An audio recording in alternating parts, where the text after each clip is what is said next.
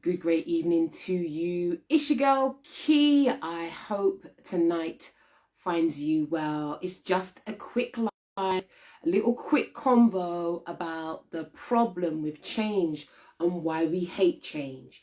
The reality is, if you hate change, then you'll avoid change. You're going to get involved in things like reminiscing, where you want things to stay the same.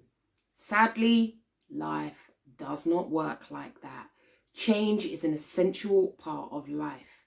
So, when we fight change, when we don't want to embrace change, we are ultimately fighting life. And if you're fighting life, that's going to create problems for you. It's your girl, Key. I'm here. Please feel free to share this live. I'm trying to share it myself and I'm not having any joy on my phone at the moment because it always gives me problems. But such is life. Life happens.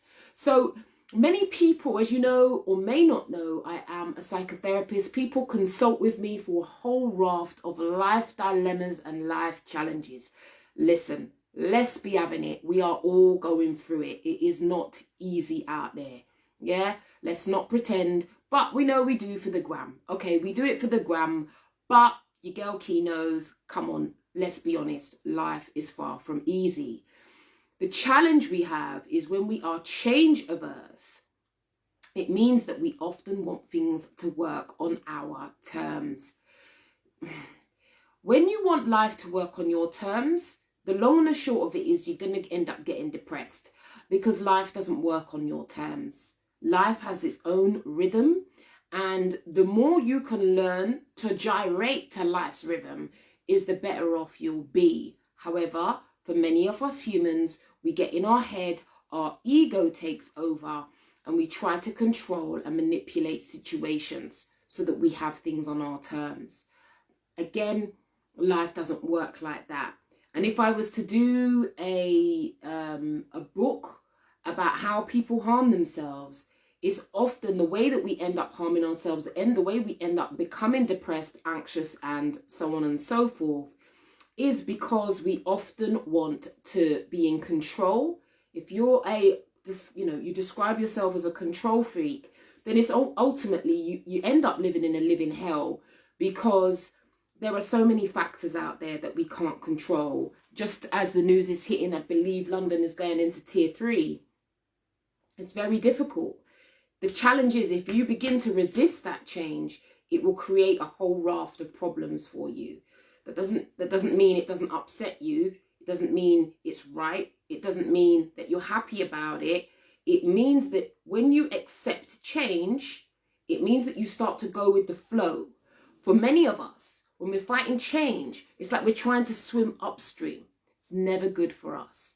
So these are some of the things, these are just 3 little points I'd like, encourage you to think about. And if anybody here wants to ask a question, feel free. I do have my phone, so you can inbox me, and I am available at the moment via that forum. But feel free to inbox me, because when you fight change, you are fighting the essence and the flow of life. When you fight the essence and the flow of life, you will get yourself into problems. You want to either manipulate situations, you may try to control people. In doing so, you are doing the ultimate disservice to yourself. The true wisdom about change is to accept what you can't. If anybody's here is familiar with the serenity prayer, Lord, give me the wisdom to somebody will have to finish it off for me. But it's about acceptance. Embracing change is difficult. And one of the things that life has taught me as a psychotherapist is that people have to be in sufficient pain before they take certain actions. And so if, for example, you know that certain things ain't right in your life, you want to make changes, yet for whatever reason you're stuck, it's okay. Your girl Key is here to tell you, sometimes we know there's situations in our lives that we want to change. However, we are not in sufficient pain. And so I respect that as like a life principle. People have wanted to work with me for many, many, many years. But as I said before, sometimes the pain has to be sufficient for you to take the action to reach out for help. We know that we are now living in a very difficult time. And an article I've written recently talks about, encourages people. Yes, we know we've lost so much from Corona, the virus. Our lives have changed. However, what have you taken away from it that's been beneficial? Because there have been some benefits for many of us. We may not have liked the change, as the pandemic has taught us. We didn't welcome this change. However, out of it, some nuggets of gold, some positives have happened. So if that speaks to you, yes, Shah, good to see you. Then let your girl Key know, because it's okay not to want to change. It's okay to want things to stay the same. However, if you think about life, if you think about nature, which is the essence of life, nothing ever stays the same. Life is about change. And whilst we may not like that, why we may wish it were different, the secret is to embrace change rather than fighting upstream. It's your girl, Keely Taverner. I am here. I'm talking about why we hate change. Another aspect of change is that we hate the unknown. And I think it's a human thing. So if anyone out there feels inadequate because, I should be skippy. Sometimes we can work hard for a dream. Yet when that dream comes nearer to us, we may sabotage it. We may get cold feet and feel scared. Your girl Key is here to tell you that's fine. That's normal. Because humans love consistency. Consistency makes them feel safe. However, we know we can't grow in the same comfort zone. Like, your comfort zone was once your stretch zone, now it's your comfort zone. So we got to keep it moving, my people. This is what makes things so difficult for us when we try to dig our heels in because we want things on our terms. It's never good for you. So if that speaks to you, or you've got a scenario that you want to present to me, then feel free, ask away, because I think holding on to situations that is not working for you is actually a recipe for a whole raft of mental health problems. And I know we don't want mental health problems around here. Fair enough. Give me a like, give me a heart, right? Holding on to what you can't control is not good for you. And that's why today with the news, and I'm not saying this like I'm some role model human being, like I'm not, but it's going to be tier 3. What can I change about that? It's way beyond my control. And I do, I have the greatest admiration for people who protest, who want to go out and, try to fight. I have the utmost regard for that. Personally, I think about how I can use my power. Shah Pink says, I've started thinking outside of the box. No one day has been the same this year. No monotone, and I've changed the way in which I've tackled things. I'm more pragmatic and resilient than I once thought. And that's the beauty of embracing change. When you embrace change, you get outside of your comfort zone. And it's only when you go outside of your comfort zone, you begin to see like, oh, maybe I'm not who I thought I was. I'm far stronger, more resilient than I thought I was. If we don't get tested, if we don't get challenged, then we don't meet that part of ourselves. We make these assumptions about ourselves as if we truly know. You don't know, because we've often never been in those situations to be tested. So you grow a perception of yourself that is not based in reality. It's based on the experiences you have of yourself, which is fair enough, a certain type of reality. But it's when you step outside of that box, when you are, challenged, that you begin to see, okay, I'm not the shrinking violet I once thought I was. So I really thank you for that. Sure, because, you know, if I take this back to Key for Change, there has been drastic changes here at Key for Change, what with lockdown and how things have gone. What do? I can either reminisce on the past and how things were back then. And the challenge with reminiscing is if you go down memory lane for too long, you can get stuck in the past. I don't know about you, but it's one of the reasons why I created the Stay in the Now bands, is that if you go into the now, if you can be in the present moment, that's where your power lies. The past is not in my control. What can I have done? This is why regret is another factor that causes a whole raft of mental health problems. When we live in regret, we beat up on ourselves for this that happened, that happened in the past. Well, unless you have a DeLorean and you can go back into the future to change it, there's nothing you can do. Regret is a supreme waste of your energy. And for many people who live with regret, you decimate and curse yourselves every single day. The more you curse and decimate yourself, it's highly likely you'll develop a whole raft of mental health problems.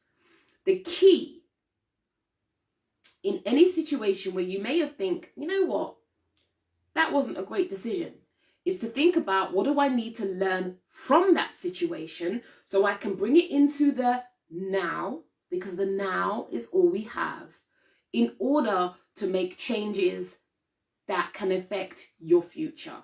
Simple as. Regret harms you tremendously. And when we live in regret, there is absolutely nothing you can do about the situation. Unless you got a time machine. If you got a time machine, you hook me up, yeah? Let's go back. And we can all buy properties and cream off of the housing market. It's not possible. Acceptance frees you. And if you can find the difficult life lessons in adversity, you are then empowered to make changes. It's your girl Key, and I'm just doing a quick live here tonight, talking about hating change. If you hate change, you will hate life. And I'm sorry to tell you guys this, but life don't work on our terms as humans, yeah? Humans are only here for we're only here, if you think about your life, you're only going to be here for a short amount of time. It's better to embrace change, and that in itself can be empowering. It's your girl, Keely Taverner here, talking about change. Many of us, we want change in our lives. Many of us are not happy with the situations that we are in. However, the key, I had to do that. I just had to do that. It was so appropriate. Is to think about what tiny, small steps can you take to empower yourself. Remember, no one's coming here to rescue nobody, you know. People have their own lives. People have their own agendas. For some of us, we have put our difficult things in lives into little boxes. And I understand that. You've compartmentalized it, right? You've pushed it all away, and, you know, you want things to be just as they are. The challenge you have is other things in your life will start to happen and may well have roots, deep roots in our past. This may require us to look back to understand why we are having a problem in 2020. Often, the roots of our problem in 2020 lay in the past. So where's the answer? The answer is sometimes you have to go back to understand, to stop suppressing, stop ignoring, stop sweeping things under the rug. We want to bring them out, bring them to light, understand them. Because as long as you deny, distort, and push away difficult experiences in your life, I'm here to tell you, my friends, you are not, your thinking mind is not superior to the wisdom of the entire organism. I'm sorry I had to go there tonight. Yeah. Humans store memories in lots of different ways. It's not only in our mind, smell, touch, taste, places can trigger us. So when we've compartmentalized, buried difficult experiences and not brought them into the light, what happens is they wreak havoc in the dark. And for so many of us, we have built our lives in a way where we feel that we're in control and life is predictable and we feel safe. However, you cannot grow in predictability and safeness.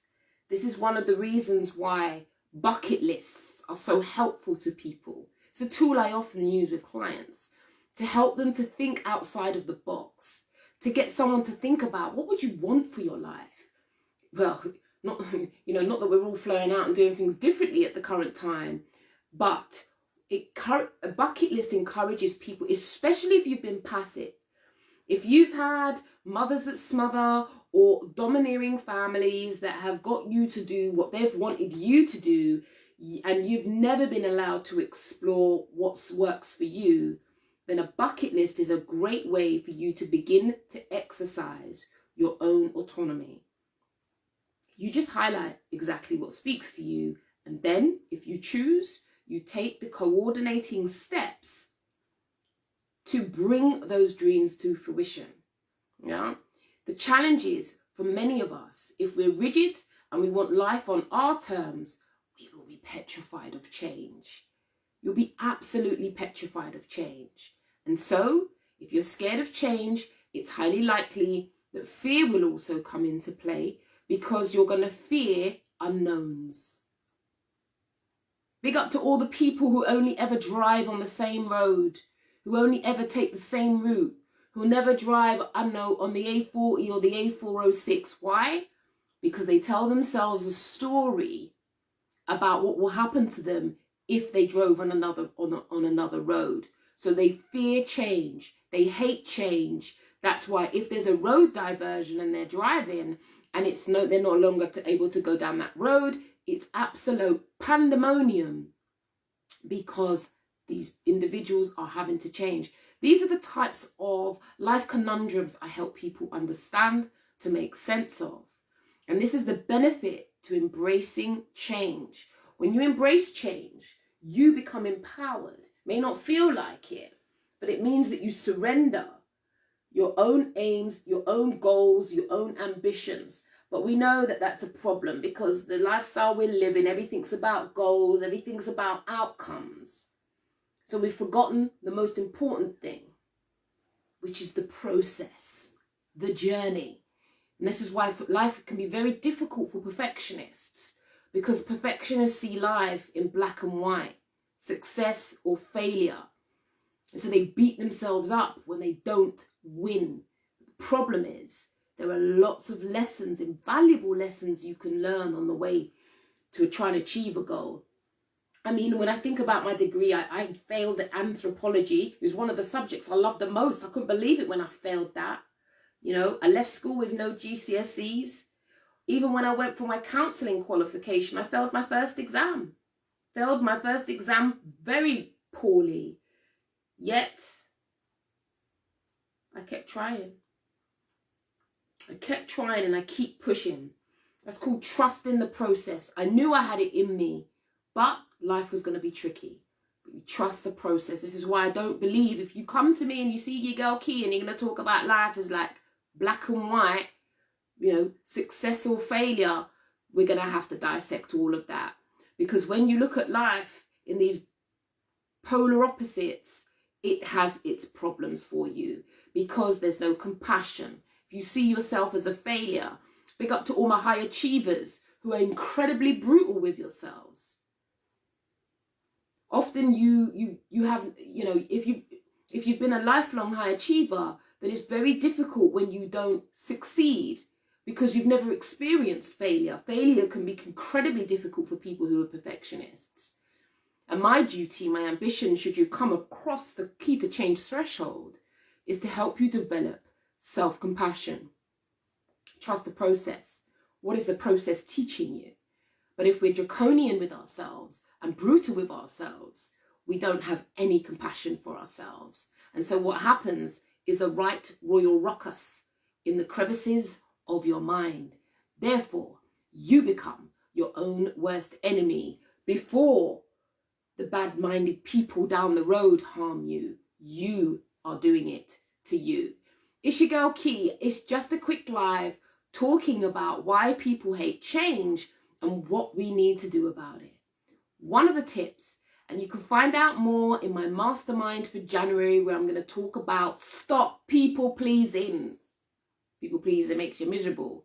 But one of the things that you can do to embrace change is to take tiny, small actions to assist yourself. That's how we begin to empower ourselves. So somehow, even though all of this stuff is going on outside of us, what's one small thing that you can do for you? For me, here at Key for Change, all the practitioners stopped hiring for me. They all left. When lockdown happened, they all left. Now that was tricky for me. What did I do? Did I sit and talk about the good old days when they were here and it was like this and it was like that? No. What did I do? I wrote a course called Pain into Purpose. And now, out of that adversity, I am now seeing a whole raft of other clients and people. I'm helping far more people than I would have if I would have been doing what I'd been doing before. Did I know that that would happen? No. I just channeled my energy into what I could. And that's one of the things I'm going to encourage you to think about for yourselves. If you hate change, I'm going to encourage you to think about small things that you can do to empower yourself. Don't focus on what you can't control. Focus on what you can control. Then you get small wins. It's your girl, Keely Taverner, quick live, talking about why we hate change and what to do about it. If anything I've said has rattled your cage, then good. It's probably time you inbox me and let's have a conversation. I'm out. Remember, do take care of you, because if you don't, no one's coming to save you. You have to learn to save yourselves.